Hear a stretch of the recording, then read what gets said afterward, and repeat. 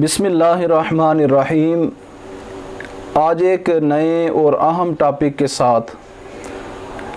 آپ کے سامنے کچھ معارضات رکھنا چاہتا ہوں۔ آپ نے دیکھا ہوگا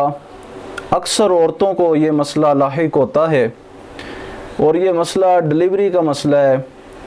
کہ وقت مکمل ہو جاتا ہے پھر بھی ڈلیوری نہیں ہو رہی ہوتی، عورت سخت تکلیف کے مرحلے سے گزر رہی ہوتی ہے۔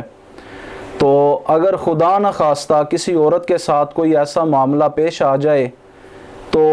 ہمیں کیا کرنا چاہیے؟ چونکہ زیادہ توجہ ہماری جو ہے وہ میڈیسن پہ ہوتی ہے کہ ٹریٹمنٹ کراتے ہیں، کسی اچھے سے اچھے ہاسپٹل میں چلے جاتے ہیں، کسی اچھے سے اچھے ڈاکٹر کے ساتھ مشورہ کرتے ہیں، اس کو چیک اپ کرواتے ہیں۔ ہماری سوچ تو صرف یہی ہوتی ہے، لیکن جب انسان تھک ہار جاتا ہے، بڑے سے بڑے ڈاکٹروں کے پاس جا جا کے بھی تھک ہار جاتا ہے، تو پھر اگر اس کی نگاہ میں کسی ذات کا اشارہ ہوتا ہے، اگر وہ اپنے ذہن میں کسی کو سوچتا ہے تو وہ یہی سوچتا ہے کہ جب سارے دنیا کے دروازے میں نے دیکھ لیے ہیں اور مجھے کوئی اثر ہوتا ہوا نظر نہیں آتا، اب ایک میرے مولا کا دروازہ ہے، اس پہ میں دستک دے کے دیکھ لوں، ہو سکتا ہے کہ میری اللہ ہی میرا سن لے، جو کہ سب کی سننے والا ہے، اور یقیناً وہی ذات سننے والی ہے، سب سے اعلیٰ عطا فرمانے والی بھی وہی ذات ہے۔ تو پھر انسان اس جانب توجہ کرتا ہے۔ تو ایسے ضمن میں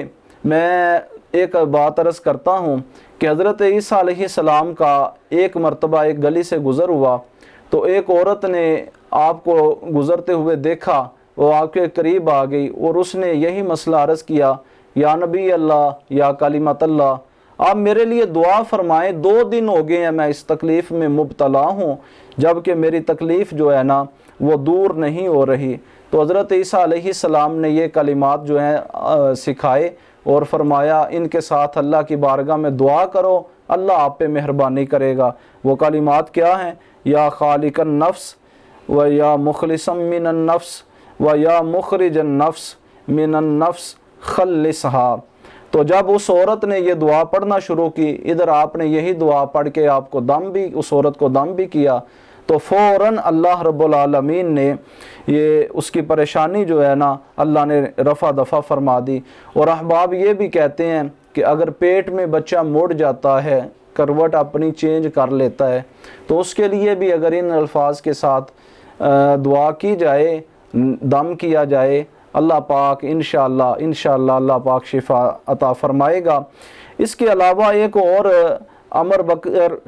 ابو بکر مروزی رحمۃ اللہ تعالیٰ علیہ، آپ کا بھی ایک قول ملتا ہے کہ امام احمد کے پاس ایک شخص آیا اور اس نے کہا کہ ایک عورت کے لیے مجھے کچھ لکھ کے دو کہ ولادت کی جو ڈیٹ ہے وہ اوپر ہو چکی ہے اور ابھی تک وہ سختی جو ہے نا وہ ٹل نہیں رہی، بہت زیادہ دشواری ہے، 2 دن اوپر ہو چکے ہیں۔ آپ نے فرمایا کہ ایک کشادہ کھلا ہوا پیالہ لے کے آؤ اور تھوڑا سا زعفران لے کے آؤ۔ اس زعفران کے ساتھ آپ نے اس پیالے کے اندر یہ عبارت لکھی، اخرج ایھا الولد من بطن ضیق الی سعۃ ھذہ الدنیا اخرج بقدرۃ الذی جعلک فی قرار مکین الی قدر معلوم لو انزلنا ھذا القرآن علی جبل لرأیتہ خاشعا متصدعا من خشیۃ اللہ